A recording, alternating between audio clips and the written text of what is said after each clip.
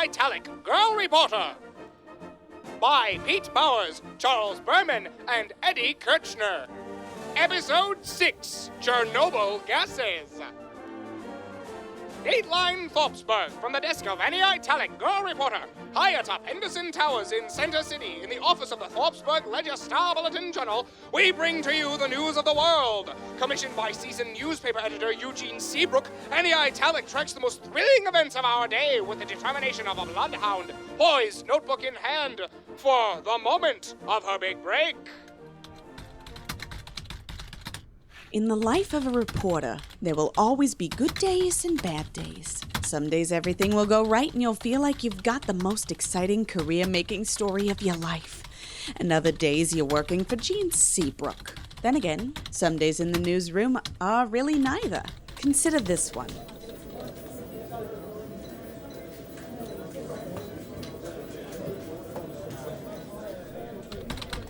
That's right. I wasn't there. Tonight, I wasn't in the office, but there was big news going on. I got out of being in the office. Tonight, I wasn't going to let anything go wrong. That's why I'm writing about it in the series of stories about things going horribly wrong. I was at the Silver Rose French restaurant, acting on a tip from a very loud but somehow alluring guy who kept calling me up.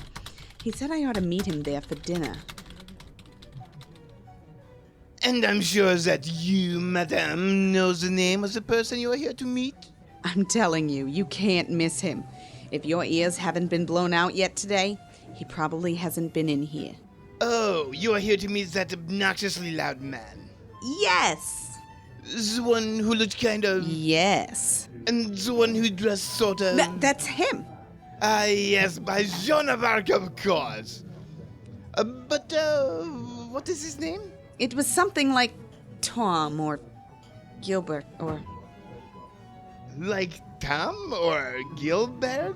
Look, it was fine. I don't know. Let me see in the book here of Mr. I don't know. Mr. I don't know. Well, by Gerard Depardieu. I see no one at all by that name. How odd. Wow. Why does anybody ever come back here? Because they are classier than you. Well, it looks like you will have to wait for a table, as you have no reservation with Monsieur I don't know.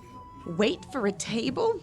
This restaurant is almost empty. You've got to be joking. I look down on the people humor, and the people that use the people humor beneath my extremely nice shoes.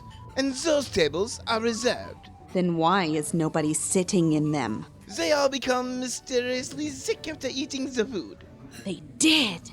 Their stomachs were not good enough for it. The waiting area is over there. Wow, that guy is an asshole. That's a bit rough. She's right, though. He is.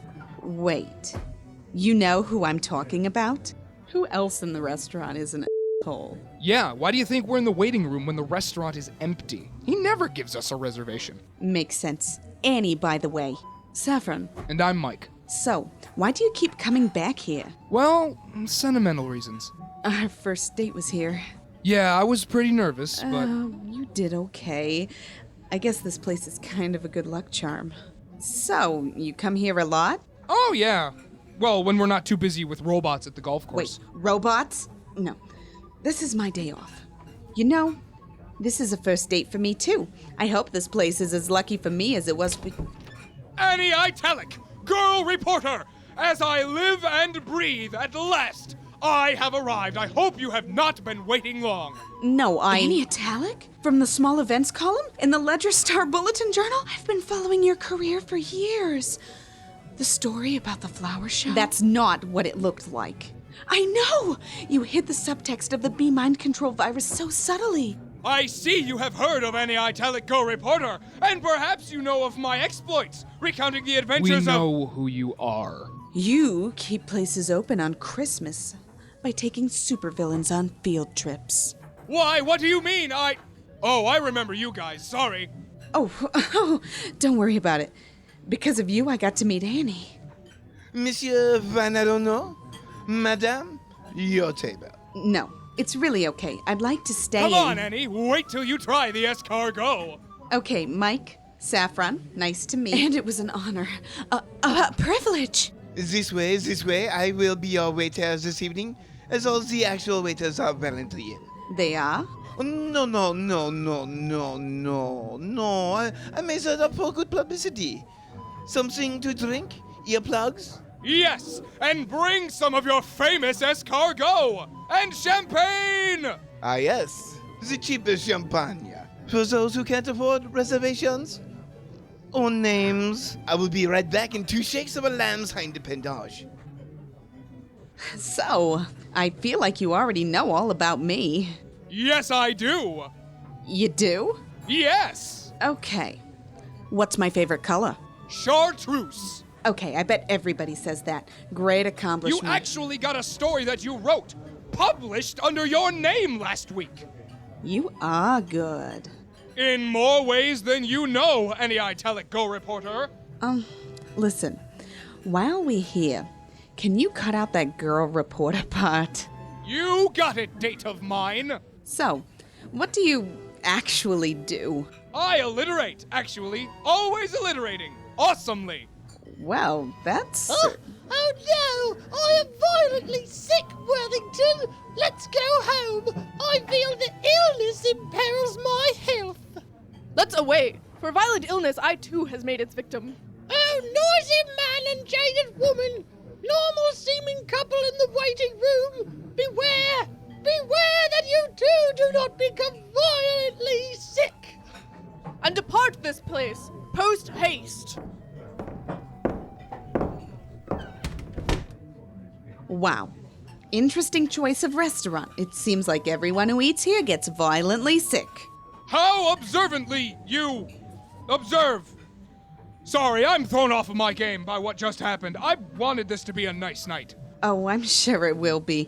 I'm far too dedicated to enjoying myself to notice all these suspicious things going on. Good, my gorgeous gatherer for gazetteers. Wow, thanks. My beautiful bloodhound of bulletins. Seriously though, I've been waiting to ask you out for ages. Ever since you told off that hole in the shoe store, and that hole who kept murdering people, I really wanted this to go right. Wow, you sound weird when you're being earnest. And when you're not... Well, forget I said that. We have the escargot for the gentleman, and earplugs for the lady. Compliments of the house. Would you care for dinner? Or have you lost your appetite looking at Monsieur Fine? I don't know. I know it is working for me. Yes, Listen, I like this guy. I'm trying to have a nice dinner. Stop being such a snob. Also, I couldn't help noticing everyone in the restaurant keeps getting violently sick after eating the food. Aha! I see I could not put one over on you. You and your gallant companion. So suave, so gorgeous, so charismatic. How could he not inspire you to heights of the observational art? Okay, I've got the idea. Oh, no. I'm just getting started. He's so subtle, so tactful, so unobtrusive and polite. His voice is like music to my slightly ruptured eardrums. Wow, you really are an asshole. It's a gift. Look, I don't want to talk to you more than I have to. Just tell me if this food is safe. No less safe than driving through the city while giant monstro is attacking. I've done that. You'll be fine then. Phew! I'm glad the food was safe. I was worried this would be a bad day when I lost my wallet this morning. And so I ask you, who's the asshole now? That's it. I want to see the owner. Would you take me at my word if I said no you did not? No, I want to see the owner now. Fine, then don't believe me. I tell them, and they don't believe me. They say never believe me. How disastrous my dining decisions! The cruelty of this culinary conundrum! What galling gustatory garbage! My manly mug maintains mortification! Yeah, you really picked a bad place. Any chance of a second date? Yes, but I choose the restaurant. Un honneur, madame? This is a plate of mold. Oui. Voici to you. What the heck? And as this revolting pile of green mold shockingly and against all laws of physics-ly, begins to speak. Slam Jackson, private investigator and famed adventurist and known homosexual, does nothing. Or if he's doing something, I don't know what it is, as I am somewhere else. Don't do that again. Okay. I'm trying to run a restaurant here. Can I help you with something? Yes. You seem to be a plate of talking mold. Tell me something I don't know. Okay, I asked for the owner because I'd noticed everyone was getting violently sick. So? You want your napkin comped or something? No, well, yes, if you were planning on charging me for the napkins, but I want to know why everyone who walks in here is getting sick. But I also want to know why I'm talking to a disgusting plate of blech. You know, remarks like that can really hurt the plate of mold's feelings. They really can, you know. They really can. Words can hurt. A lot. Even a plate of mold. You know, mold has feelings too. Feelings that can be hurt. Hurt by words. Words like... You know, I have a little can of Lysol in my handbag. How prepared her purse! How propitious her pocketbook! How handy her handbag! How clutch her clutch! Look, you're just getting in the way right now. All right. I'll tell my tale. But when I'm done, ask yourself. Did I ask to be born the way I am? Did I ask to be born a plate of mold? Why would you ask to be born a plate of mold? Even if you could ask for things before you were born. then- Who's telling the story here? Are you telling the story? Because I'll listen if you're telling the story. Go ahead, tell the story. I like a story as much as the next plate. Lysol. Okay, fine. It all started back in a little village in the Ukraine. Who could have guessed that in preparing truffle-glazed truffles and truffle sauce with shaved truffles and a truffle emulsion topped with just the tiniest bit of truffle oil and a side of truffles, that the Silver Rose might have used Ukrainian truffles? Truffles from Chernobyl? Truffles that would have been affected by radiation, which, as everybody knows, turns everything into living, speaking being. I was going to say this was far-fetched, but this has happened before. Go on. Well, that's about it. Really? Delicious-sounding truffle-thing plate of mold? There's a gap in your exposition. The truffles grew mold, that's me. Nobody ordered it, too expensive. Makes sense. Just let me solve this one. Anything for you. I'm being very quiet now. What a weirdo. And that's coming from a plate of talking mold. I mean, you know where I'm coming from, right? Different stroke. Anyway, I finally achieved my dream. I grew and achieved total domination of this restaurant. And when the chef of this place got sick... How'd that happen? Something he ate. But anyway, that was my chance. I finally got to make food for myself. To express myself through the creation of delicious dishes. To be a restaurateur and chef. So everyone is getting sick. Because their food is prepared by a living mold, of course. That is my tragedy. Hoist by my own petard. Wow. First off, stop that violin. Philistines! Second, this place needs a health inspection. And third, this is a huge scoop. This rampant violent illness may not have made for a great date, but it makes a great newspaper story. Do you mind if I write it? Well, actually... It is a great story, isn't it, Anna Italic older girl reporter? Eugene Seabrook, newspaper editor, and all my readers love it now that it's written and ready to be printed. I hope you find that it's almost as interesting. Susie Sans Seraph, where the did you come from? I came from the f***ing office. I was here for lunch with Johnny. He said he wanted somebody to tell about his coprophilia? I didn't understand anything he was saying, but he's really good at talking. But then he started getting sick. And then everyone around him started getting sick. That set my reporter's instinct tinging. What a great idea for a story, I thought. Lots of people getting sick. So then I spoke with Olga Rozhizvensky here. Who?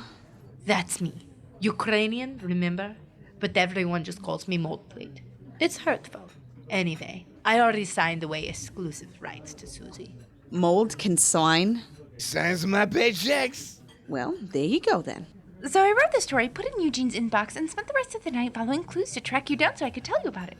I knew you'd be happy for me. I hope I didn't interrupt anything important. Okay, you. Plate of mold, disgusting to meet you. You, French guy, you can take a f***ing leap into a flying pile of dump mother f***ing piece of your mother. Susie, care for some escargot? Ooh, cute name. And you. Yeah? You, me, Bernie's Burger Barn. Now. I love that place! So, I lost the story to Susie's, well, being a good reporter, and I almost got violently sick from radioactive truffle mold. And I had to pay because he lost his wallet. But, definitely not a total loss. Despite everything, maybe the best first date I ever had.